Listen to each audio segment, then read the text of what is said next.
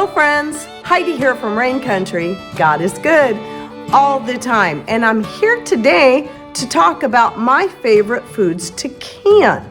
Now this list isn't going to be quite as long as my favorite foods to dehydrate, especially since through the years things I used to can, I no longer can, I dehydrate instead, and some things I do both of. So I'm going to talk a little bit about that, but I already have a video out of my favorite things to dehydrate, which I will link to in the description box down below. And let's get to my list here. So one of the first things I started canning was years and years ago was my homemade jams and fruit butters and peaches and salsa. And of course, I still like to do those things. I still am going to prefer canned peaches over dehydrated peaches, though it is nice to have those on hand. And I do like having home canned salsa, homegrown home canned salsa on hand, because you can just grab it for whatever and it's ready to go. I also do like to put up my own applesauce. We don't go through it that much, but with grandbabies around, it is definitely nice to have that on hand. We don't personally eat a lot of applesauce, but the grandbabies do, and I especially like mixing in berries with it. So I've made blueberry applesauce, strawberry applesauce, raspberry applesauce, blackberry applesauce, and those are all, maybe I haven't made the strawberry one, but the raspberry is really good. But it adds some nice color and flavor to the applesauce when I do that. And again, it's something I can put up. Now, so far, all the things I'm mentioning are all water bath canned things. So something I would not need to either do the long method with the 3-hour method because it's low acid, or need to have a pressure canner to do. Now I have canned other fruits like plums and even blackberries, and those are good. They're nice to have, but as far as having something as a treat, a dessert kind of thing, canned peaches are nice. And you can also use them to make peach pies. You can do the same thing with any canned goods, but typically when it comes to like my fresh picked berries, I like to freeze those rather than can them. But canning is a good option, especially if you're running out of freezer space, and you can do the hot water bath method and not have to worry about pressure canning them, which is great because they are high acid, so you can get away with that. I've also made my own grape juice that I've canned, but over the years find that when, especially my grapes, because they never get, we have such a short growing season, they never have a chance to really get sweet, especially before all the little birds want to eat them all. So I tend to use that to make wine rather than using as a juice because it's so sour, but it works great for making wine. And I find I like it better when it is still in its raw form. So I like to freeze the grapes, and then later on, the freezing not only is going to preserve that flavor better, it makes them easier to juice when I'm ready to turn that into wine. And then another thing that I don't have to do it that often because we don't eat it a lot, but I definitely like having on hand is using some of those green tomatoes that are coming in at the end of the year, and you're trying to get those used up, and zucchini, and making a homemade relish out of that I can can up. And because of the vinegar and sugar content and that, you can hot water bath can that too. You don't need to pressure can it. So that, and the tomatoes as well, they're going to be acidic enough to do that with. Then as far as the pressure canned items, I still do, even though I love to dehydrate chili now, my excess chili, and it rehydrates quite quickly. You just put the water in it, put it on the stove and heat it up, and it's ready to eat. It doesn't take much longer than that than it does to pull out a jar of home canned chili.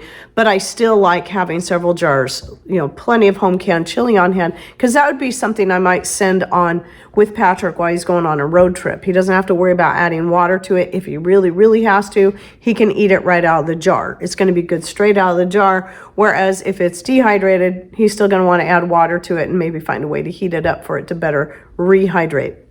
Even though I was done with the water bath canning list, I did want to mention I used to can a lot of tomatoes every year. That was one of my top things, was to can all of my tomatoes, or as many as I could get.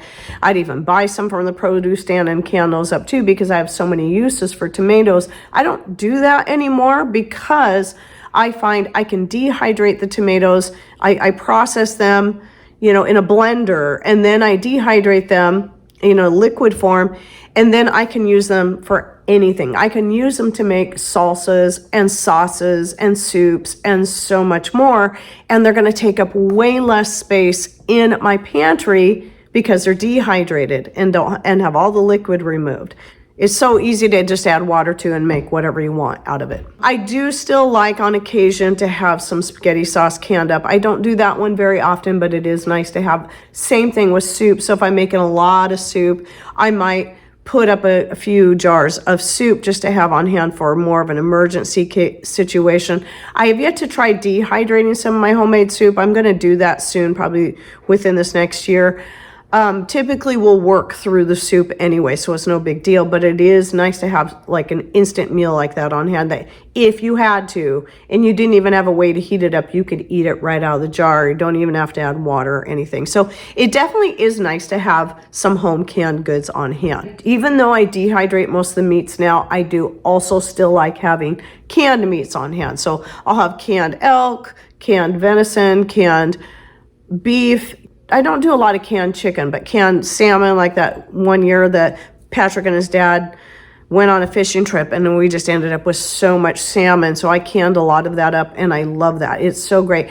Dried is good too, but canned also makes it nice for quickly throwing together like a casserole with it, like you would. I prefer using salmon or steelhead over tuna for a tuna noodle casserole or anything like that, or to make a sandwich spread, or even a dip with like cream cheese. You mix it in there and have like a salmon dip, and that's really good way to do it. Though you can use the dehydrated and do the same thing. Oh, and then the other thing I have a lot of this, but this is definitely a nice thing to have on hand, is every now and then I like to make meatballs and like a white gravy that I serve over rice. You could also serve it over noodles if you prefer, pasta of some kind. But I will can up, I'll make a whole bunch of meatballs, and we might eat some of them. I might serve some of them to Patrick for dinner that night, but the rest I can can them up. And so I have meatballs already been made, they've already been cooked. All I got to do is whip up a white sauce and add them to that and heat them through. Now, the other thing that I do though to make it even easier is if I'm making biscuits and gravy or anything else that's going to have just kind of a basic white sauce that isn't specifically Italian or something like that. I will just keep freezing whatever excess I have, and then when I want to do the meatballs and gravy, I will pull that out, thaw it out, and then I just heat everything up together, and it works really great. It's practically an instant meal. I have canned a lot of potatoes, even though I don't like using home canned potatoes for much as far as the kind in the water. They are great for making a quick potato salad. They're already peeled, cooked, ready to go.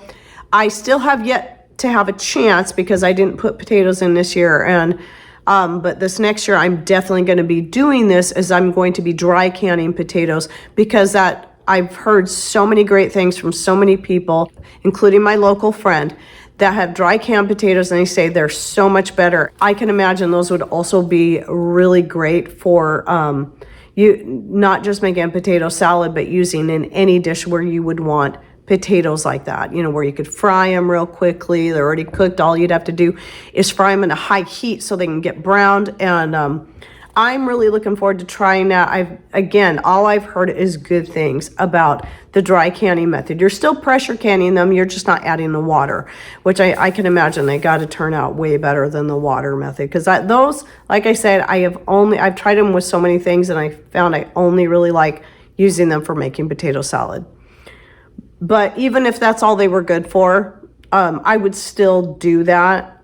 And because it is definitely nice if you decide, hey, a potato salad sounds good, and I can quickly whip one up, make some homemade mayonnaise from my homemade relish that I've already got canned up, if I want to do that, or pickles or whatever. And then there we go. It's so easy. And then dry beans, I do also, even though I find I like to cook up a whole bunch of beans and dehydrate them, again, they're going to take up less room. They rehydrate super easy. I still am going to like having canned beans, so I might can up a bunch of plain kidney beans, plain pinto beans, then they're ready to put into whatever dish I want to add them to. So that is still nice to have, though I wouldn't put up as many of those now that I do the dehydrating. But sometimes it is still nice to have some things that are canned. You don't have to worry about adding water and waiting for them to rehydrate. Though beans, you know, just like the chili, they do rehydrate quite quickly. I do also still like to can carrots, even though, again, that is something I do dehydrate a lot of. It is nice having canned carrots, again, just immediately ready to go. And then the thing I almost forgot to add to this list, and I'm sure I'm still forgetting stuff, is the canned pineapple zucchini or black cherry zucchini or passion fruit zucchini. So basically it's like having a fruit, but it's zucchini. And because of the acidity, you're adding lemon juice and then whatever other juice you want to add. It's either going to be pineapple juice if you want pineapple zucchini, passion fruit juice if you want that, black cherry juice if you prefer that, or whatever. Then you can just can it in that, and the acidity means that you don't even have to pressure can it. You can water bath can, and it makes for a nice treat. You can eat it right out of the jar as is. You can use it in certain types of desserts, whatever kind of dessert, whether it be a pineapple upside down cake or using it in muffins, depending on how you like. Some people shred it, so it's more like a crushed pineapple, and that makes it easier to blend in with breads. For me, I like to eat it over cottage cheese. That's one of my favorite ways to eat it, and the grandbabies really like it. So my favorite, I think, will always be the pineapple, but the passion fruit is pretty good. And I do have a video on that where I did pineapple and black cherry that I will link to down below if you're curious on how I do that, along with my relish making video and any other videos of canning that I have. I don't do a lot of canning videos, but I do have some out there. So I'll link to a few of those down below if you're curious. And then again, don't forget to check out my video on my favorite things to dehydrate, because that's a much longer list. But the other thing I did want to add, though, that I meant to say at the beginning is when it comes to canning for me, I do most of the time like to keep it simple. So plain canned carrots. And one of the big ones I forgot was green beans. That's my favorite way to put up my green beans from my garden. I've tried dehydrating.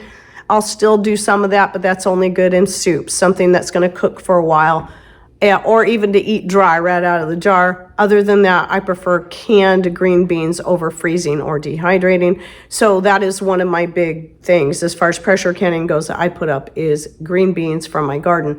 So I always keep it simple, though. A lot of people like to do these fancy schmancy things, and that's fun. I mean, and that's nice. I don't have anything against that, but I prefer to keep my canned goods simple. I don't want a whole bunch of different types of carrots and a whole bunch of different types as far as flavoring goes, green beans and so on. I want them to stay simple so that I can do whatever I want when I pull that jar out. If I want to take that jar of green beans and add onions and some beef bacon to it and garlic, when I warm them up or cook them up, I mean, I prefer doing that. Maybe I want them plain to go into something else, and I don't want all this added stuff in it because I'm going to do something different with it. So that goes with any of the stuff that I can like this, because, other than, of course, the spaghetti sauce, the chili, the soup, and those kind of things, just the basic vegetables, I typically like to keep them just simple so that they have more variety of uses when I do that. All right, well, I hope you enjoyed this video, and please share with us your favorite things to can and dehydrate and so on in comments down below so we can get some more ideas from you. And thanks for watching. Take care, and God bless.